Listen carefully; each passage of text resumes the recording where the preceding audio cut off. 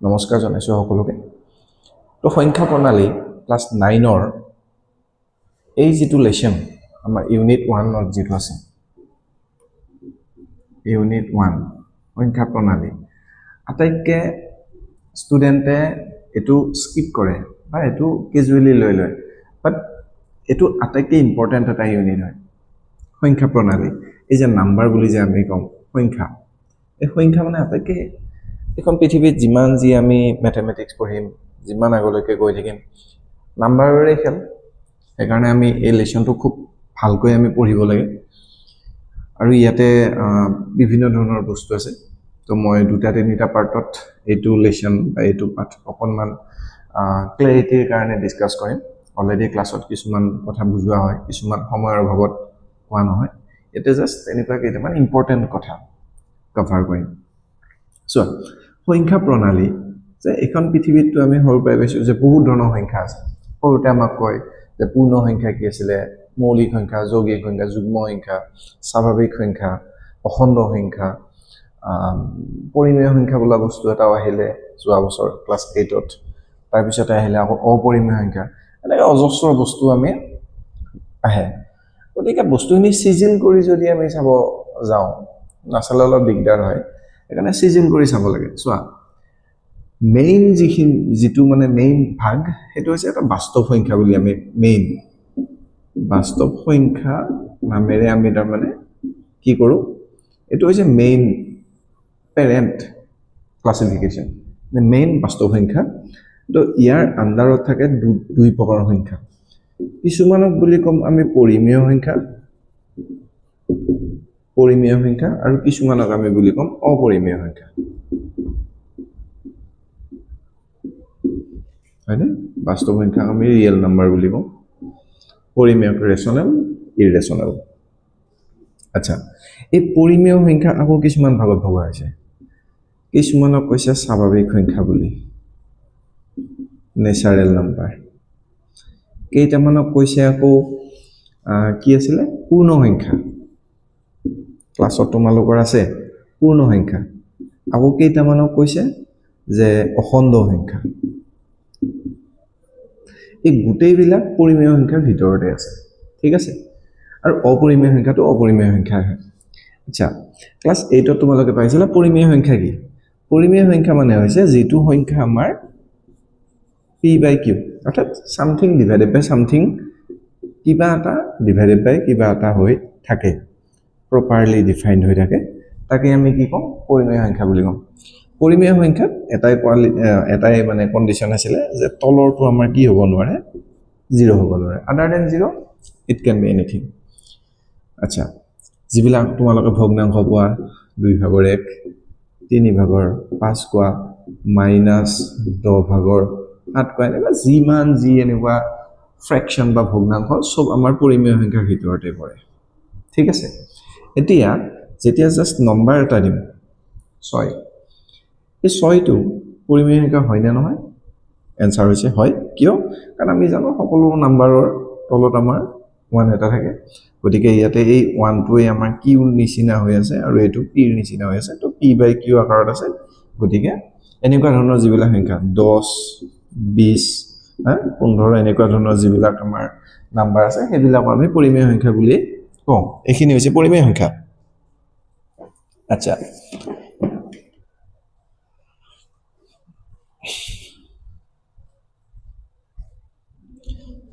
এতিয়া স্বাভাৱিক সংখ্যা কোনবোৰ পৰিমেয় সংখ্যা কি বুলি কয় ৰেশনাল নাম্বাৰ স্বাভাৱিক সংখ্যা কোনবোৰ যেটো নেচাৰেল নাম্বাৰ বুলি কয় স্বাভাৱিক সংখ্যা কাউন্টিং নাম্বাৰ বুলিও কয় আমি গণনা কৰিবৰ কাৰণে যিবিলাক নাম্বাৰ ইউজ কৰো যেনে 1 ৰ পৰা আৰম্ভ কৰি 2 3 গৈ ইনফিনিটি অসীমলৈকে যিমান নম্বৰ আছে 1000 2000 1 লাখ 2 লাখ তো অৰ্থাৎ গণনা কৰিবৰ কাৰণে যিবিলাক নাম্বাৰ লওঁ সেইবিলাক আমি স্বাভাৱিক নাম্বাৰ বুলি কওঁ যেটো আমি স্মল n ৰে ডিনোট কৰো ঠিক আছে পূৰ্ণ সংখ্যা কোনবোৰ যেটো আমি হোল নাম্বাৰ বুলি কওঁ পূৰ্ণ সংখ্যা নেচাৰেল নাম্বাৰবোৰটো আছেই অৰ্থাৎ গণনা কৰা 1 2 3 4 হেকেটা লগতে 0 টো আহে পূৰ্ণ সংখ্যাত কি আহে 0 টো আহে হৈ গ'ল অৰ্থাৎ স্বাভাৱিক সংখ্যা উপৰি 0 টো আহে পূৰ্ণ সংখ্যাত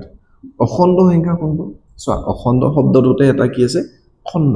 মানে খণ্ড হ'ব নোৱাৰে খৰা হ'ব নোৱাৰে ভগ্নাংশ হ'ব নোৱাৰে ভগ্নাংশত বাদে বাকীবোৰ অৰ্থাৎ ইন্টিজাৰ বুলি কোৱা হয় ইয়াতে আমাৰ n অৰ্থাৎ যিবিলাক আমাৰ প্লাস ধনাত্মক যিবিলাক সংখ্যা 1 2 সংখ্যা ৰেখা যিটো থাকে আমাৰ মানে 0 এটা সমাজত ইটো সাইডে কি থাকে ধনাত্মক পজিটিভ নাম্বাৰছ বিলাক হিফালে থাকে লগতে আমাৰ 0 টো আছে তদুপৰি ইফালে আমাৰ কি আছিলে নেগেটিভ নাম্বাৰ তো অখণ্ড সংখ্যাত আমাৰ নেগেটিভ নাম্বাৰছ বোৰ থাকে এটা negative number 0 as well as positive number গোটেইখিনি মিলি কিনে আমাৰ অখণ্ড সংখ্যা আলটিমেটলি ইয়াক আমি কি বুলি ক'ব পাৰো যে সংখ্যা ৰেখাত যিবিলাক আমি সংখ্যা আমি দিনত লিখো এইবিলাকে অখণ্ড সংখ্যা বুলি কওঁ এইবিলাক ভগ্নাংশ বা এইবিলাক আমাৰ অখণ্ড সংখ্যাৰ ভিতৰত নপৰে ওকে এতিয়া এইখিনি হৈছে আমাৰ পৰিমেয় সংখ্যাৰ ভাগ অপৰিমেয় সংখ্যা কোনটো অপৰিমেয় সংখ্যা হৈছে সেইবিলাক নাম্বাৰ এইটো অপৰিমেয়ৰ বিষয়ে ক্লাছ 10ত আৰু ভালকৈ পাবা একদম থুলমূলকে জানি থোৱা যিবিলাক সংখ্যাৰ কোনো ডেফিনিট ৰিজাল্ট নাই যেনে 2 √2 কোনো ফিক্সড নাম্বাৰ এটা নাই তুমি কিবা এটা পাবা 1 পইণ্ট সামথিং কিবা কিবি এনেকুৱা দীঘলীয়া সংখ্যা এটা পাবা শেষ নহয় ঠিক আছে তেনেকুৱা ধৰণৰ যিবোৰ সংখ্যা এইবোৰক আমি ডেফিনিট p বাই q আকাৰত প্ৰকাশ কৰিব নোৱাৰো হেতু কাৰণে এনেকুৱা ধৰণৰ নাম্বাৰ যেনে √2 √3 √5 √7 এনেকুৱা ধৰণৰ যিবিলাক নাম্বাৰ এইবিলাকক আমি অপৰিমেয় সংখ্যা বুলি কওঁ অৰ্থাৎ ইৰেশনাল নাম্বাৰ বুলি কওঁ ঠিক আছে এতিয়া পৰিমেয় সংখ্যাৰ কেইটামান বেসিক কেইটামান প্ৰবলেম দি আছে তোমালোকৰ অনুশীলনী 1.1 ত এইকেইটা আমি এতিয়া ডিসকাস কৰিম ওকে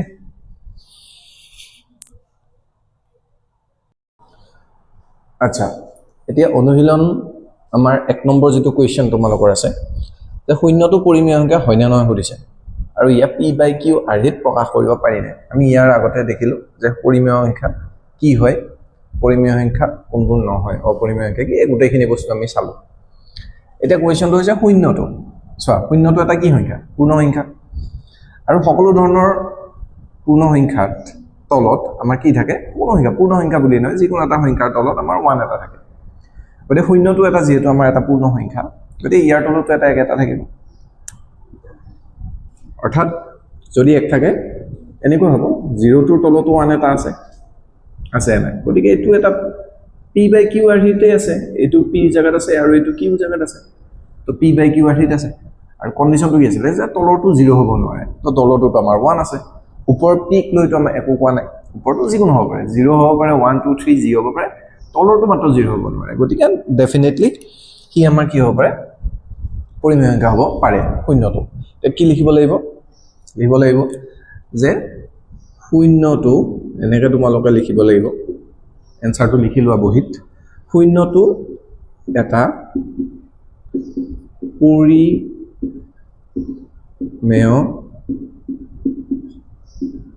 সংখ্যা হয় ঠিক আছে হয় না বুলি সুধিছে হয় ইয়াক এটা শূন্যক p বাই q আৰ্হিত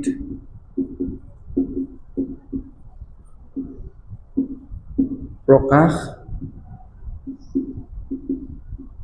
কৰিলে হ'ব 0 ডিভাইডেড বাই 1 য'ত p কি হৈ আছে 0 হৈ আছে q 1 হৈ আছে এনেকৈ ধুনিয়াকৈ আনসাৰটো লিখি থবা বহিত পৰীক্ষাত যদি আহে এনেকৈ লিখি দিলে তোমালোকে ফুল মাৰ্কস পাবা তো নেক্সট কোৱেশ্চনটো চাও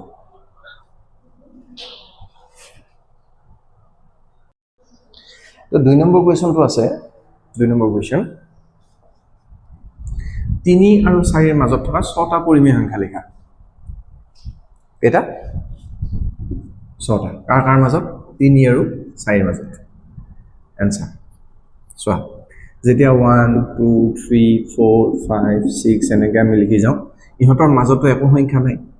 আছে জানো নাই কিন্তু এই গোটেইবোৰ আমাৰ কি সংখ্যা একেবাৰে কথা পৰিমেয় সংখ্যা হয় না নহয় আৰু আমি 8তে পাই আহিছোঁ ইয়াৰ আগতেও ক'লোঁ যে দুটা পৰিমেয় সংখ্যাৰ মাজত আমাৰ ইয়াতে মাজত অসীম সংখ্যক পৰিমেয় সংখ্যা থাকে অসীম পৰিমেয় সংখ্যা থাকে তো ইয়াতে 6টাহে উলিয়াব দিছে আমি 6টা নহয় 600টা উলিয়াব পাৰোঁ 6000টা উলিয়াব 6 লাখটা উলিয়াব পাৰোঁ অসীম তাৰ কোনো সীমা নাই সিম্পল 6টা উলিয়াব দিছে কেনেকৈ উলিয়াম চোৱা মই ক্লাছত মই সেইদিনা কৈছিলোঁ যে যদি 6টা উলিয়াব দিয়ে 6 + 1 অৰ্থাৎ 7এৰে ডিভাইড কৰি দিম গোটেইকেইটাকে মাল্টিপ্লাই কৰি দিম কেনেকৈ কৰি দিম চোৱা 3ক আমি কি বুলি লিখিব পাৰোঁ 3 / 1 এনেকৈ লিখিব পাৰোঁ আৰু 4 কি বুলি লিখিব পাৰোঁ 4 তলত 1 4 / 1 তো ইয়াতে আমি 6 + 1 কি আছিলে 7 আছিলে অৰ্থাৎ দুইটা পাৰ্টিকে আমি কিহেৰে মাল্টিপ্লাই কৰি দিম 7এৰে মাল্টিপ্লাই কৰি দিম আৰু দুইটা পাৰ্টিকে আমি কিহেৰে মাল্টিপ্লাই কৰিম 7এৰে মাল্টিপ্লাই কৰিম সো মেইন ইস্যুটো হৈছে যে আমাৰ তলৰ যেটো হৰ ডিনোমিনেটৰ যেটো হৰ এই দুটা সেম বনাব লাগে ঠিক আছে মই ইয়াৰ পিছত এটা এনেকুৱা অংক দিম য'ত ডিনোমিনেটৰ কিটা সেম নহয় ফৰ এক্সাম্পল 2/1 আৰু 3/1 ইয়াতে 2 আছে ইয়াতে 3 আছে দুইটা বেলেগ বেলেগ তো ইহঁতৰ মাজত কেনেকৈ সংখ্যা উলিয়াব লাগে পৰিমেয় সংখ্যা কেইটামান 5টা 6টা 10টা যেটা হোক তো সেইটো আমি ইয়াৰ পিছত এটা এক্সামত বা এক্সাম্পলত মই শিকাম এক্সামত কিন্তু এনেকুৱা ধৰণৰ কোৱেশ্চন এটা আহে বাৰু জানক এটা তলত 1 1 আছে দুইটা সেম আছে আৰু 7এ কৰিলে আমাৰ তলত কি পাম 7 পাম ইয়াতেও কিমান পাম 7 পাম গতিকে তলৰ হৰ দুইটা ক্ষেত্ৰতে সেম গতিকে আমাৰ কোনো অসুবিধা নাই এটো হ'ব 7 4 গুণ 28 আৰু 7 3 গুণ 21 গতিকে 3 মানে 7/21 আৰু 4 মানে 7/28 গতিকে এতেকে বা গতিকে যি লিখা আৰু 3 আৰু 4ৰ মাজত থকা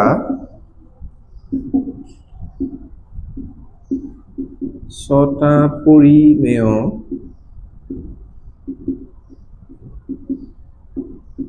সংখ্যা হ'ব কি কি একেটা 7/21 ঠিক পিছৰটো কি হ'ব 7/22 7/22 তাৰপিছত কি হ'ব 7/23 মানে 7/28 ঠিক আগৰটো 23 7/24 7/25 7/26 আৰু 7/27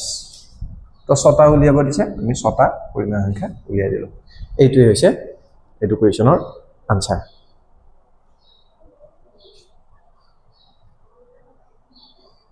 তো নেক্সট কোৱেশ্চনটো তোমাৰ দিয়া আছে 3 নম্বৰ কোৱেশ্চন 5/3 আৰু 5/4 এটা এটা ভগ্নাংশ আহিলে 5/3 আৰু 5/4 মাজত থকা 5টা পৰিমেয় সংখ্যা লিখা আনসাৰ চোৱা তলৰ যেটোটা হৰ এটা আমাৰ কি দিয়া আছে 5/3 হৰ আছে 5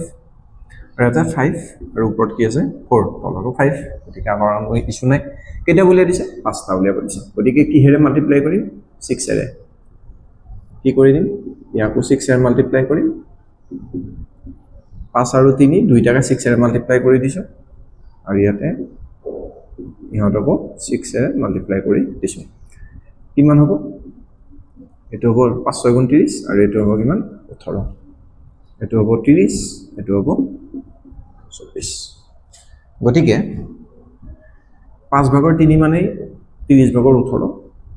হয়নে আৰু 5/4 মানে 30/24 এতেকে 5/3 আৰু 5/4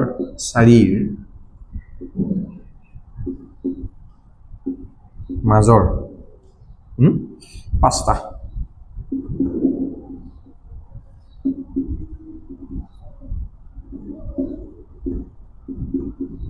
পৰিমেয় সংখ্যা হ'ব কি কি 30 ঠিক পিছৰটো 30/19 হ'ব হয়নে তাৰপিছত 30/20 30/21 30/22 আৰু 30/23 তো 5টা পৰিমেয় সংখ্যা উলিয়াব দিছে তো 5টা পৰিমেয় সংখ্যা উলিয়াই দিলো এইটোৱে হৈছে আনসাৰ তোমালোকে লিখি লোৱা বহিত ওকে, এইটো এটা এক্সট্ৰা কুৱেশ্যন এটা মই দি দিছোঁ। তোমালোকে ইমান পাৰে দেখিলা যে য'ত হৰ দুটা ছেম থাকে, সেইকাৰণে মই ইয়াতে হৰ দুটা বেলেগ বেলেগ লৈ আহিছোঁ। কৈছে যে 2/1 আৰু 3/1 মাজৰ 10টা পৰিমেয় সংখ্যা উলিওৱা। ঠিক আছে, 2/1 আৰু 3/1 কি কি আছে? 2/1 আৰু 3/1। এতিয়া ইয়াতে হৰ আছে কি? 2। এইটোত হৰ কি আছে? 2। আৰু ইয়াতে হৰ আছে কি? 3। ইহঁতৰ লসাগু কিমান বাৰু? দুইটা আমাৰ মৌলিক সংখ্যা, পৰস্পৰ মৌলিক সংখ্যা, গতিকে ইহঁতৰ লসাগু কিমান হ'ব? 6। গতিকে এই 2টোক মই 6 বনাব লাগিব, আৰু ইয়াতেও 3টোকো মই 6 বনাব লাগিব। তাৰ কাৰণে মই ইয়াক 3ৰে পূৰণ কৰিম আৰু ইয়াক 2ৰে পূৰণ কৰিম, তেতিয়াহে আমি কি পাম? 6 পাম। তেতিয়া ইয়াতে কি পাম? 6 পাম। ট্ৰিকটো হ'ল লসাগুটো কি? এই লসাগুটো উলিয়াবৰ কাৰণে ইয়াক আমি কিহেৰে পূৰণ কৰিম? 2ক 6 বনাবৰ কাৰণে 3ৰে পূৰণ কৰিব লাগিব, আকৌ 3ক 6 বনাবৰ কাৰণে 2ৰে পূৰণ কৰিব লাগিব। এতিয়া তলৰটোক যিহেৰে পূৰণ কৰিছে, ওপৰৰ লবটোকো সেই একেটাৰে পূৰণ কৰিব লাগিব। তলৰটোক যিহেৰে পূৰণ কৰিছে, ওপৰটোকো সেই একেটাৰে পূৰণ কৰিব লাগিব। লবৰ ইয়াতে কোনো খেলেই নাই, লব একেবাৰে মানে একদম মানে ইনএক্টিভ। মেইন খেলখন হৈছে হৰৰ লগত। আৰু ইয়াতে হ'ব 3, ইয়াতে হ'ব 2। এতিয়া 2/1 আৰু 3/1 মানে 6/3 আৰু 6/2। এতিয়া কেইটা উলিয়াব দিছে? 10টা। তাৰমানে কিহেৰে মাল্টিপ্লাই কৰিব লাগিব? 11ৰে। গতিকে এইটোক 11ৰে মাল্টিপ্লাই কৰা, আৰু এইটোকো 11ৰে মাল্টিপ্লাই কৰা, এইটোকো 11ৰে মাল্টিপ্লাই কৰা, আৰু এইটোকো 11ৰে মাল্টিপ্লাই কৰা। কৰিলে এইটো কিমান হ'ব? 66, 33। এইটো কিমান হ'ব? 66, আৰু এইটো হ'ব 22। তো এতিয়া 66 ওপৰত 33, তলত 66, ওপৰত 22। তো ইহঁতৰ মাজত থকা আমাৰ পৰিমেয় সংখ্যা কেইটা লিখি দিলেই হ'ল। কি কি হ'ব? ইয়াৰ পৰা আৰম্ভ কৰি দিম, এইটো আৰু এইটো। গতিকে 22 আছে, ইফালে 23। গতিকে 10টা পৰিমেয় সংখ্যা হ'ব কি কি? 66/23 পৰা গৈ গৈ 32 আমি শেষ কৰিম, হয়নে? 23, 24,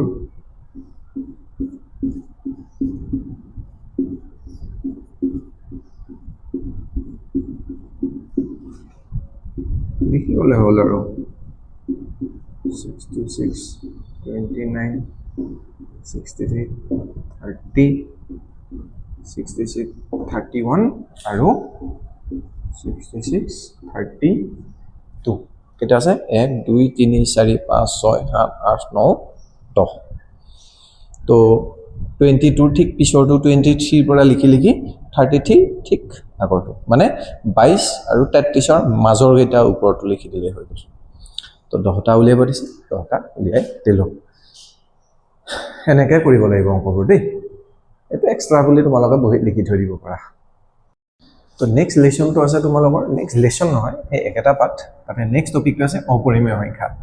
ঠিক আছে, আৰু ক্লাছ 9ত অপৰিমেয় সংখ্যাৰ অনলি সংখ্যা ৰেখাত কেনেকৈ উঠাব লাগে সেইটোৱে আছে। আৰু ক্লাছ 10ত অকণমান ডিটেইল আছে, সেইটো আমি ক্লাছ 10ৰ ক্লাছ কৰিলে চাম। √2, √3, √5 এইবিলাক একোটা কি হয়? অপৰিমেয় সংখ্যা হয়। এতিয়া ইহঁতক সংখ্যা ৰেখাত আমি কেনেকৈ প্ৰকাশ কৰিব পাৰিম? এইবিলাক চব কি সংখ্যা? বাস্তৱ সংখ্যা। মই ইয়াৰ আগতে এটা ভিডিঅ' যিটো বনাইছিলোঁ, তাতে কৈছিলোঁ যে বাস্তৱ সংখ্যাৰ তলতে পৰিমেয় আৰু অপৰিমেয় থাকে। গতিকে এই যিটো অপৰিমেয় সংখ্যা, সেইবোৰ কেনেকৈ আহে চোৱা। ধৰি লৈছোঁ ফাৰ্ষ্ট এক্সাম্পল √2। √2 কেনেকৈ আমি সংখ্যা ৰেখাত পঢ়াব লাগে, এইটো জানিবৰ কাৰণে তোমালোকে এটা সূত্ৰ জানিব লাগিব, পাইথাগোৰাছৰ সূত্ৰ। ক্লাছ 8ত পাইছা পাইথাগোৰাছৰ সূত্ৰ। যেতিয়া এটা ৰাইট এংগল দিয়া থাকে, য'ত এইটো আমাৰ 90 ডিগ্ৰী, হয়নে? যেতিয়া এটা এনেকুৱা দিয়া থাকিব ত্ৰিভুজ, পাইথাগোৰাছৰ সূত্ৰ মতে কি হয় এটো বহুত ভালকে জানিব লাগিব তোমালোকে এই এবিক যদি তুমি এ বুলি কোৱা এ সেন্টিমিটাৰ এ নিদিও এটা বেলেগ দিও মানে এ বি সি অলৰেডি আমি ইউজে কৰিলো এটুক যেনিবা মই এক্স বুলি কলো এ বিৰ মাজৰ যেটো এটো আমাৰ কি হয় লম্ব হয় এটা কি হয় লম্বডালৰ দূৰত্ব কিমান x ধৰি লৈছো 10 20 15 20 ডাটা আৰু BC এটো হৈছে কি আমাৰ ভূমিক মই y বুলি কলো আৰু AC ক আমি কি বুলি কলো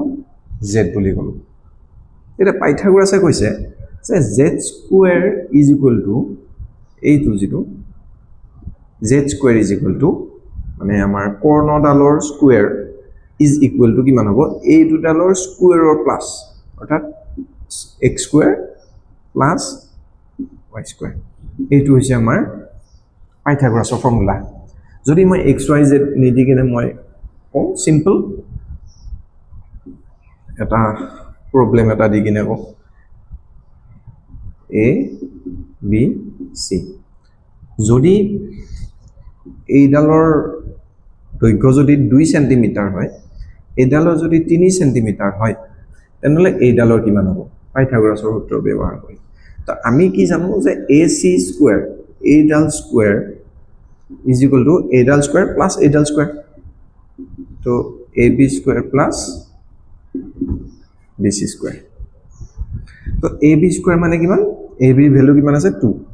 তো 2 স্কয়াৰ আৰু bc ভ্যালু কিমান দি আছে 3 তো 3 ৰ ওপৰত স্কয়াৰ ইকুৱেল টু কিমান এটো হ'ব 4 এটো হ'ব 9 ঠিক আছে অৰ্থাৎ ac square is equal two 30 কিমান 30 তেনহলে ac স্কয়াৰ যদি 13 হয় ac ভ্যালু কিমান হ'ব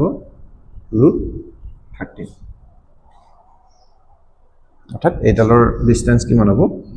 √13 এনেকৈ আমি কৰিব লাগে বা যদি এটো ক্লাস 8 তে একচুয়ালি তোমালোকে পাই আহিছা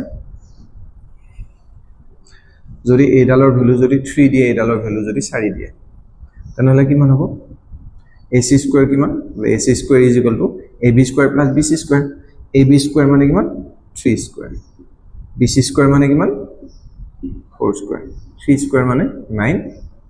4 স্কয়াৰ মানে 16 ইজ ইকুৱেল টু কিমান 25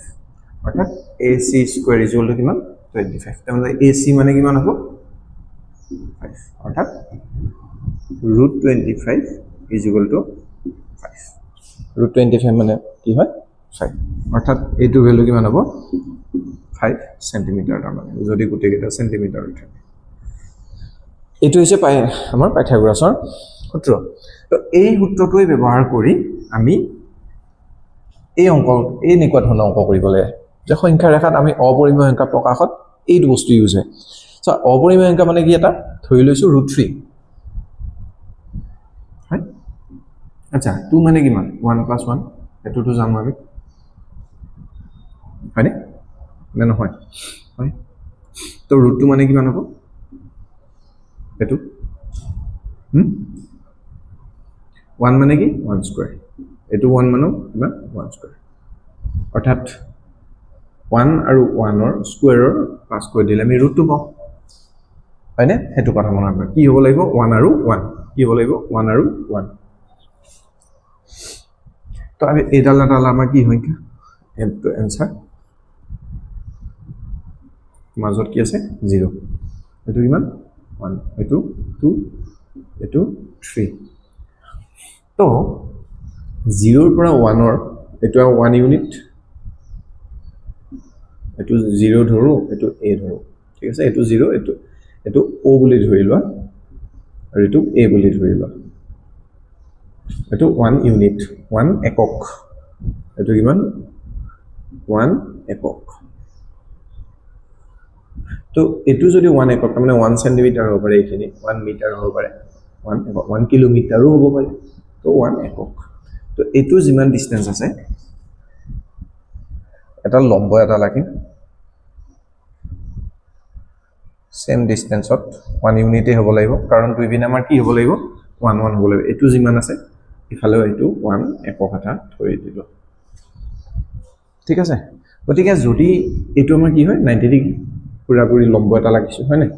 গতিকে এইটো যদি মই কানেক্ট কৰি দিওঁ হ'ল ওকে এইটো যদি আমি কানেক্ট কৰি দিওঁ তেতিয়াহ'লে এইটো হৈছে এটা কি ত্ৰিভুজ হৈ যাব এটা সমকোণী ত্ৰিভুজ হৈ যাব আৰু পাইথাগোৰাছৰ থিওৰি মতে কি কৈছে যে সমকোণী ত্ৰিভুজৰ ভূমি স্কয়াৰ প্লাস লম্ব স্কয়াৰ ইজ ইকুৱেল টু অতিভুজ স্কয়াৰ গতিকে এইটোক মই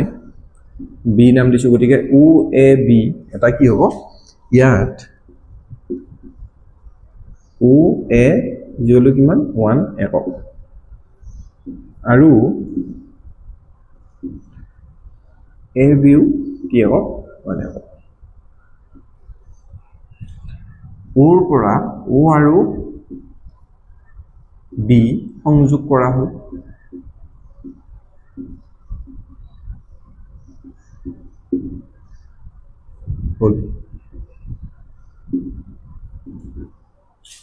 গতিকে ট্ৰায়াঙ্গল এটা হ'ব ও এ বি এটা কি ট্ৰায়াঙ্গল হ'ব সমকোণী ত্ৰিভুজ হ'ব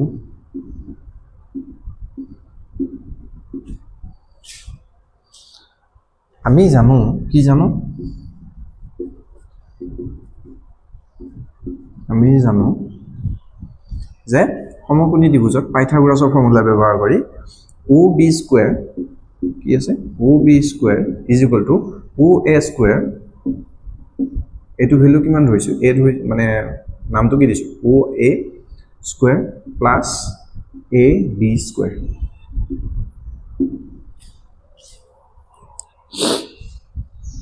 ও এ কিমান ধৰিছো আমি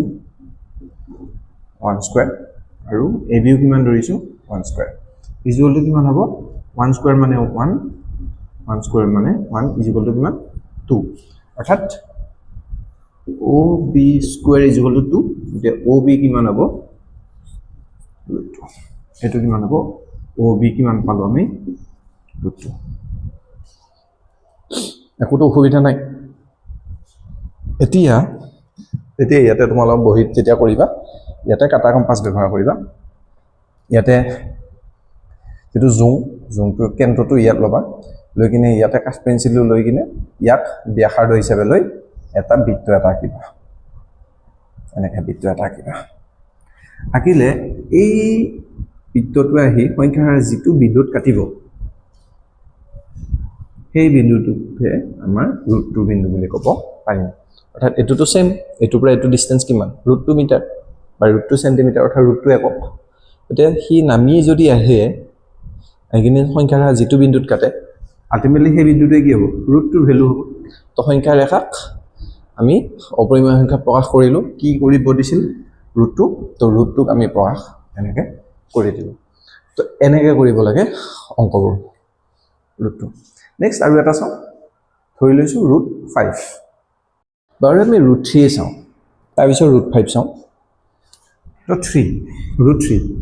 কি মানে কিমান 2 + 1 হয়নে 2 মানে কিমান √2 স্কয়াৰ আৰু 1 মানে কিমান 1 স্কয়াৰ আৰু এটো 3 মানে √3 স্কয়াৰ অৰ্থাৎ এইটো হ'ব আমাৰ পাইথাগোৰাছ এইটো হ'ব আমাৰ কৰ্ণৰ এই দুটা এনেকে তুমি বনাই ল'ব লাগিব অৰ্থাৎ এটা হ'ব লাগিব √2 আৰু এটা হ'ব লাগিব কিমান 1 হয়নে √3 কাৰণে এতিয়া চোৱা এটো আমাৰ 0 এটো 1 এটো 2 এটো 3 ফালে গৈ থাকিব আমাৰ কোনো প্ৰয়োজন নাই √2 লাগিব এটা আৰু এটা লাগিব 1 এতিয়া √2 কাৰণে আমি অলপ আগতে পাইছিলো যে এইটো আমি ও এটো আমি এ ধৰিম ইয়াৰ পৰা আমি এটা লাকিম বি এটো বি নাম দিম তে এটো আমাৰ কি মানে ক এক একক এটো কিমান 1 একক দুইটা এক একক যদি থাকে তো অলপ দীঘল হৈছে নেকি তেনেহলে এটো যদি কানেক্ট কৰি দিও এটো আমি কিমান পাম √2 ইয়াৰ আগৰ অংকটো পালোঁ এতিয়া নেক্সট এই ৰুটটোডালক ভূমি হিচাপে লৈ ইয়াতে আমি এটা তলৰখিনি আৰু নাই বুলি ধৰি লোৱা তলৰখিনি নাই বুলি ধৰি লোৱা ৰবা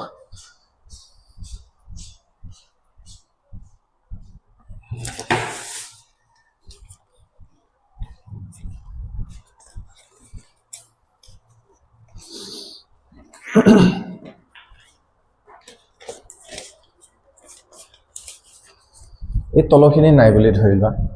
ঠিক আছে সিম্পল এডাল আমাৰ আছে এতিয়া এইডালক এটা ভূমি হিচাপে লৈ ইয়াতে তুমি কিমান লাগে 1 একক ৰুটটো পায়ে গলা এটো পায়ে গলা এতিয়া লাগে কিমান 1 তো এখিনি এতিয়া তুমি এক্স্যাক্টলি এখিনি 90 ডিগ্ৰী হোৱাতকে মানে তোমাৰ এখিনি কোনমান যন্ত্ৰপাত লৈ ল'ব আৰু মই আইডিয়া কৰি তোমালোকক বুজাই দি দিছো এটো আমি 1 একক এটা আঁকি দিলো ঠিক আছে এটো কিমান হ'ব এটো ধৰি লৈছো এটো 1 একক এতিয়া এটো যদি আমি কানেক্ট কৰি দিও এটো 1 একক এটো √2 একক এটো ভ্যালু কিমান হ'ব √2 স্কয়াৰ + 1 স্কয়াৰ ইয়াতে লিখি লোৱা যে ও এ জিৰো কিমান 1 একক তাৰ পিছতে এ বি ইউ কিমান একক 1 একক গতিকে ও বি কিমান হ'ব √2 একক এতিয়া ও বিক ভূমি হিচাপে লৈ এটো নাম দিও যেনিবা সি ও বি সি এটা ট্ৰায়াঙ্গল আঁকা হ'ল ট্ৰায়াঙ্গল কি ও বি সি এটা কি ত্ৰিভুজ সমকোণী ত্ৰিভুজ আঁকা হ'ল সমকোণী ত্ৰিভুজ অঙ্কন কৰা হ'ল মানে যেতিয়া অঙ্ক এটা দিয়ে এনেকে লিখি লিখি দিলে মানে টিচাৰজনে মাৰ্কস দিয়াত ভাল পায় জাস্ট যদি ডায়াগ্ৰামটো আঁকি থৈ দিয়া ইউ আৰ কাৰেক্ট কিন্তু শিক্ষকজনে যেতিয়া এনেকে দুজন ষ্টুডেন্ট আহিলে যেনিবা এজনে ইমান ধুনীয়া লিখি লিখি কৈছে মাৰ্কস যেনিবা 3 নম্বৰ আছে তো মই যদি শিক্ষক হওঁ দেখিম যে এজনে যদি এনেকে ধুনীয়াকে লিখি লিখি মোক বুজাই দিছে তেতিয়া মই তাক যেটো মাৰ্কস দিম আৰু এজন আহিছে যে হি আকো লিখা নাই জাস্ট ডায়াগ্ৰামটো আঁকি থৈ দিছে দুইটাই শুদ্ধ কিন্তু এজন শিক্ষক হিচাপে মই কি বুজিম যে এই যিজন লৰাই গোটেইখিনি লিখিছে হি ধুনীয়াকে বুজি পাইছে কথাখিনি যে কেনেকে কি কোৰ পৰা কি কৰিছে আৰু যিয়ে জাস্ট চিত্ৰটো আঁকি ধৰিছে মই ভাবিম যদিও হি বুজি পাইছে কিন্তু মই ভাবিম যে হি মুখস্থ কৰি আছে কোৰ পৰা এটা ধুনীয়াকে লিখি মেলি বুজাই যদি দিয়া হয় মই মাৰ্কস দিওতে মই অকনমান ভাল পাম মানে আৰু হেতু কাৰণে 1 একক আচ্ছা 1 একক ললো অপকৰা হল যত ও বি কিমান হ'ব √2 হ'ব বি সি কিমান হ'ব 1 হ'ব এটা একক 1 একক গতিকে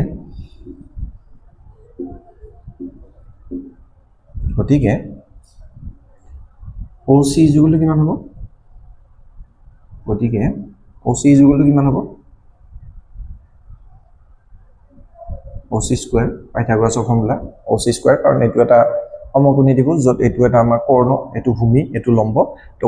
সৰি ভূমি স্কয়াৰ প্লাস লম্ব স্কয়াৰ ইকুয়াল টু কৰ্ণ স্কয়াৰ তো কৰ্ণ স্কয়াৰ ইকুয়াল টু ভূমি স্কয়াৰ অৰ্থাৎ √2 স্কয়াৰ আৰু BC স্কয়াৰ মানে 1 স্কয়াৰ ইকুয়াল কিমান হ'ব √2 স্কয়াৰ মানে কিমান 2 1 স্কয়াৰ মানে কিমান 1 অৰ্থাৎ OC ইকুয়াল কিমান 3 স্কয়াৰ গতিকে OC ইকুয়াল কিমান হ'ব √3 ঠিক আছে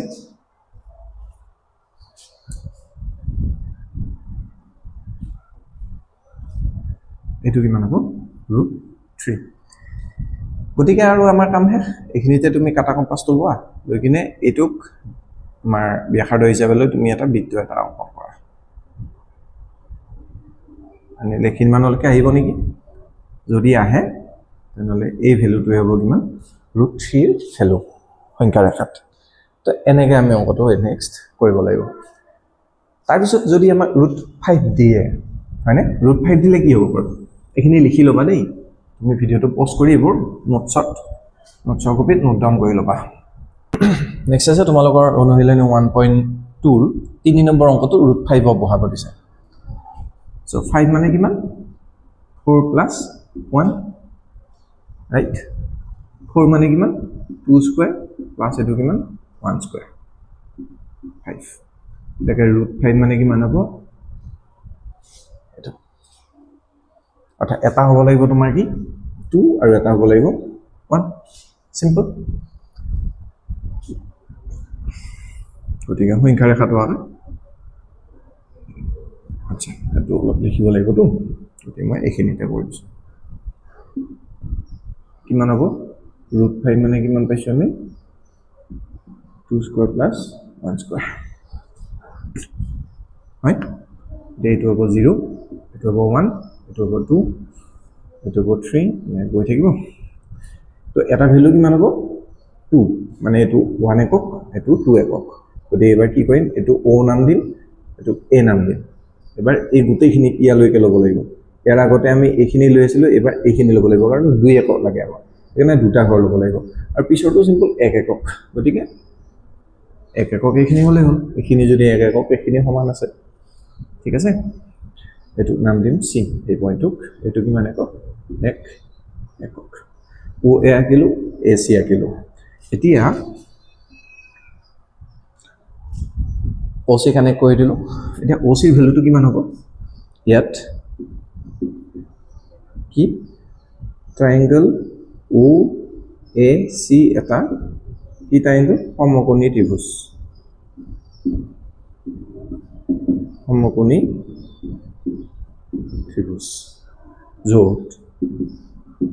য'ত OA কিমান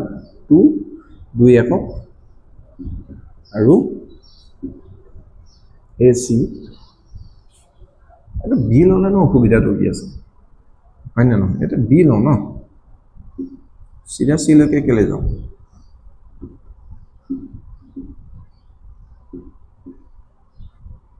AB মানে কিমান হ'ব 1 একক কিয় 2 আৰু 1 ললো ইয়াৰ পৰা কিছুমানে হতে বলে স্যার 2 একক কেলে ললে আপুনি 3 একক লওক 4 একক লওক এইটো AB গতিকে এটো কিমান হ'ব এটাকে OB স্কয়ার = এটা এটা সমকোণী ত্ৰিভুজ গতিকে এটা কৰ্ণ স্কয়ার = ভূমি স্কয়ার প্লাস লম্ব স্কয়ার ভূমি কিমান একক আছে 2 একক OA square plus AB square OA square মানে কিমান 2 স্কয়ার AB মানে কিমান 1 স্কয়ার OB ইজুলো কিমান হ'ব 2 × 4 1 × 1 গতিকে OB স্কয়ার মানে কিমান 5 OB মানে কিমান 5 অর্থাৎ OB ভ্যালুটো কিমান পালো আমি 5 এটা ইয়াক তুমি কেন্দ্র হিচাপে লোৱা লৈ কিনে তুমি এটা বৃত্ত চাপ এটা আঁকি দিয়া সাগে ইমান বানাত কৰিব সাগে আৰু যদি আহে তেনেহলে এই যেটো ভ্যালু পয়েন্ট ভ্যালু নহয় পয়েন্ট এইটো হ'ব আমাৰ 5 হৈ গ'ল এনেকৈ আমি অংকবোৰ কৰিব লাগিব সংখ্যা ৰেখাত পৰিমেয় সংখ্যা যেতিয়া প্ৰকাশ কৰিব দিয়ে হ'ব গোটেইটা লিখি লবা